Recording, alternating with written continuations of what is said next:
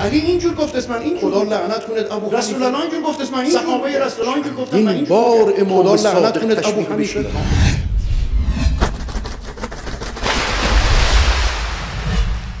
کینه و بغض آخوندهای رافضی به بزرگان امت اسلامی بر همگان آشکار است. لعن و نفرین همسران و یاران بزرگوار پیامبر اکرم صلی الله علیه و آله و سلم، آن هم به قصد عبادت، خبر از عمق کینه این عده نسبت به اسلام و مسلمین دارد.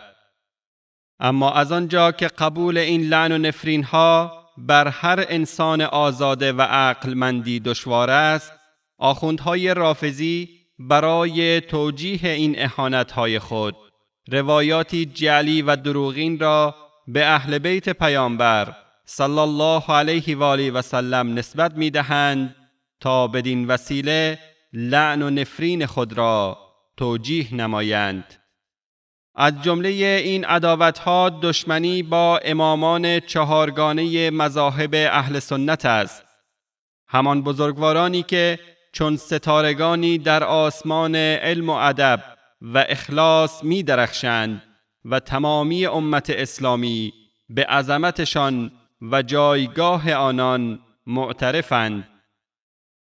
اولین این بزرگواران امام اعظم ابو حنیفه نعمان ابن ثابت رضی الله عنه است، امام بزرگواری که از روی شدت تمسک و اتباع سنت پیامبر اکرم صلی الله علیه و آله و سلم روایات ضعیف حدیثی را به علت احتمال نسبت داشتن به سنت پیامبر صلی الله علیه و آله و سلم بر قیاس و رأی اجتهادی خود مقدم می‌دانست. اما ببینیم که چگونه مدعیان دروغین محبت اهل بیت پیامبر اکرم صلی الله علیه و آله و سلم با جعل روایات ساختگی و دروغین و نسبت دادن آن به ائمه اهل بیت به امام بزرگوار ابو حنیفه رحمه الله اهانت می‌کنند.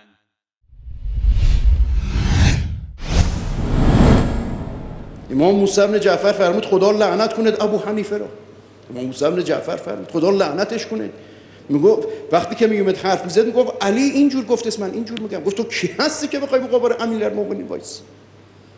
گفت علی اینجور گفت است من اینجور میگم، صحابه رسول الله اینجور گفتن من اینجور میگم، رسول الله اینجور گفت است من اینجور میگم. چندین بار امام صادق تشبیه به شیطانش کرد.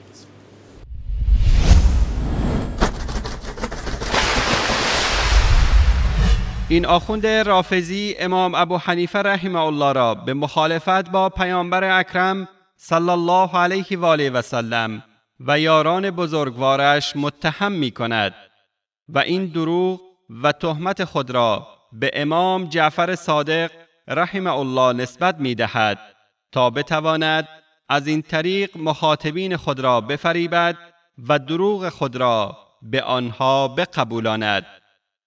امام ذهبی رحمه الله در کتاب مناقب الامام ابی حنیفه و صاحبی صفحه 34 و امام بیهقی در المدخل الی السنن الکبری صفحه 204 روایت کرده اند که امام ابو حنیفه رحمه الله در بیان روش خود در استنباط مسائل فقهی می‌فرمود: آخذ بكتاب الله فما لم أجد فبسنة رسول الله والآثار الصحاح عنه التي فشت في أيدي الثقات عن الثقات، فإن لم أجد فبقول أصحابه آخذ بقول من شئت.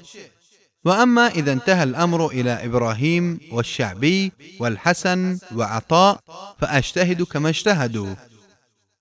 به کتاب الله عمل می کنم، اگر حکمی را در آن نیافتم به سنت رسول الله صلی الله علیه و آله و سلم و روایات صحیحی که از طریق ناقلین معتبر انتشار یافته رجوع نموده و از آن پیروی می کنم و اگر در آن هم نیافتم به اقوال صحابه رسول الله صلی الله علیه و آله و سلم مراجعه می کنم و از میان آنها قول یکی را انتخاب می کنم. اما زمانی که به ابراهیم نخعی و شعبی و حسن بصری و عطا ابن ابی رباح برسد، پس مانند آنها اجتهاد می کنم. علی اینجور گفت من اینجور میگم، صحابه رسول الله اینجور گفتن من اینجور میگم، رسول الله اینجور گفت من اینجور میگم. چندین بار امام صادق تشبیه به شیطانش کرد.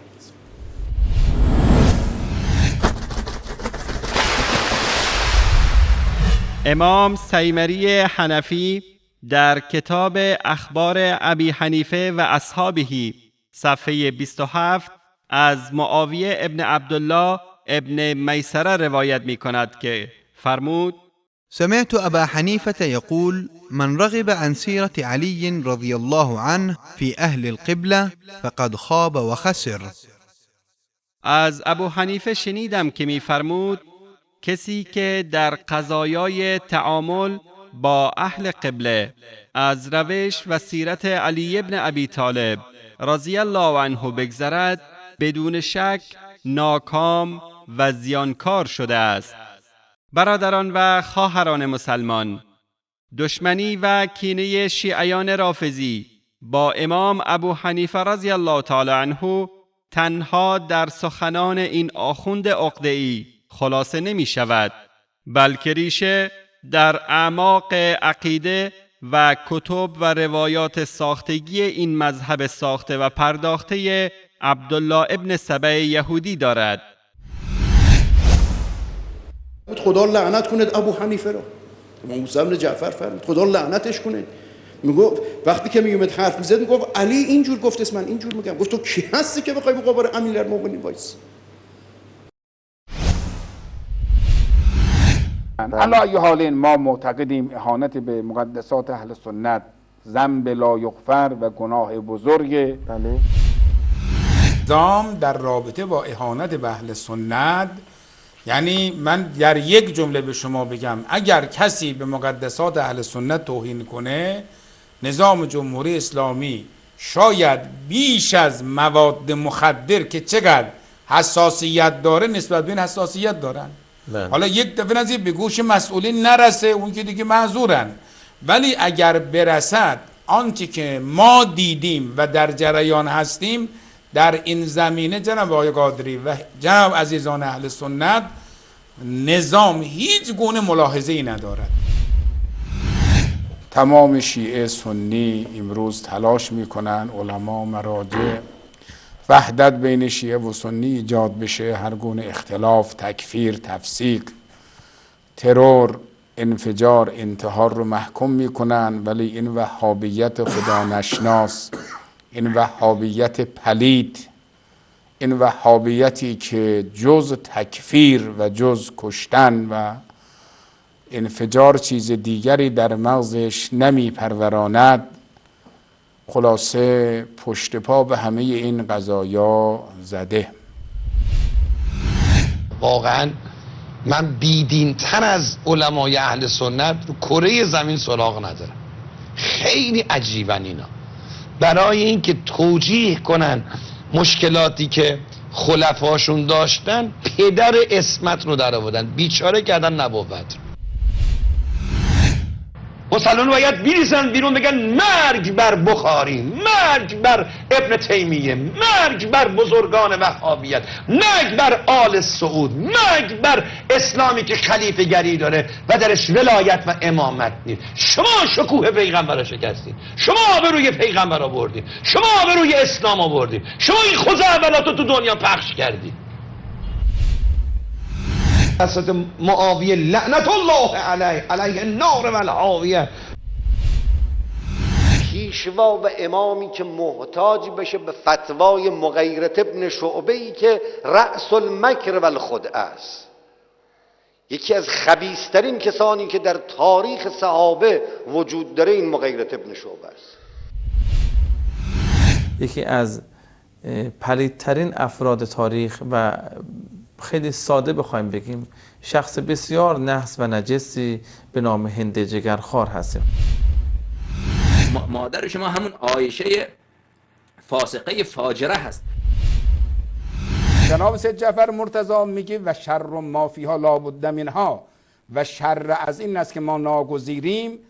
عایشه سراپا شره. شر بالاتر از این هم این هست که ما باید تحملش کنیم، همسر پیغمبره. در رابطه با عایشه سوال زیاد داریم، حالا انشالله باب گفتگو باز شده. ما شاید بیش از 50 تا سوال در رابطه با عملکرد عایشه و زندگی عایشه داریم. اصلا عجیب است، این هیچ اعتقادی، این شیطن، این زن شیطنت که سر تا پا شیطنت و نیرنگ و دغل و خدعه بود با رسول الله علیه و علی آله السلام. ما تازه بیایم بشینیم از عایشه به عنوان ام المؤمنین یاد کنیم و احترام کنیم، مگه ما دیوانه ایم؟ دو امراض شما گفتید. اجازه بدید بینندگان عزیز یک نکته رو من امشب بگم. خلاصه این غانم آمد برای شما عرض کنم در مجلس معاویه. همین که آمد رسید معاویه بهش سلام داد، برگشت گفت فقالت علی المؤمنین السلام و علی الکافرین الهوان. سلام و درود بر مؤمنین، خاری بر کفار باد. ثم قالت من منکم ابن العاص. عمرو عاص کیه؟ قال عمرو انا منم. قالت و انت تسب قریشا و بنی هاشم. تو هستی که به بنی هاشم امیرالمومنین ناسزا میگی. و انت اهل السب و فیک السب و الیک یعود السب. یا عمرو تو خودت فحشی، بابات فحش، تمام فحشان به تو برمیگرده. انی والله لعارفتون بعیوبک و عیوم امک. تمام عیب خودت مادرت کف دست من هست. و انی اذکر لک ذلک عیبا عیبا. دونه دونه عیبهات رو من برات میشمارم. خیلی جالبه. ولدت من امة سوداء مجنونة حمقا. تو مادرت یک کنیز سیاه دیوانه و احمق بوده، یعنی حشل بوده، مچل بوده، بوله چی یه چیزایی میگن برای شما عرض کنم. بله. تبول من قیام. مادرت همیشه ایستاده بول میکرده. یعلوها اللعام. مردان پست هم همواره بر مادرت میخوام سوار میشدن. اذا لامسها الفحل کانت نطفتها انفد من نطفته. اگر مردان زناکاری با مادرت زنا میکردن، نطفه مادرت کثیفتر بود از نطفه اونها. رکبها فی یوم واحد 40 رجلا. عمرو عاص بر مادر تو یک روز 40 مرد زنا کردن. چقدر زیبا. پته‌ای به آب داده دیگه چیزی جا نگذاشته. فلقد رأیت فحل زوجتک علی فراشک فما غرت. عمرو عاص تو رفتی دیدی یک اجنبی با زن در حال زنا هستن، ولی هیچ غیرتی نداشتی که از ناموست دفاع کنه. ولا انکرت. و نگفتی این ناموس منه. بنده بارها و بارها در شبکه سلام اعلام کردم که هر گونه اهانت به اهل سنت، اهانت به عقاید اهل سنت گناه نابخشودنی است. قد بدت البغضاء من افواههم وما تخفي صدورهم اکبر. دشمنی از گفتارشان پیداست و کینه‌ای که در دل دارند به مراتب بزرگتر است.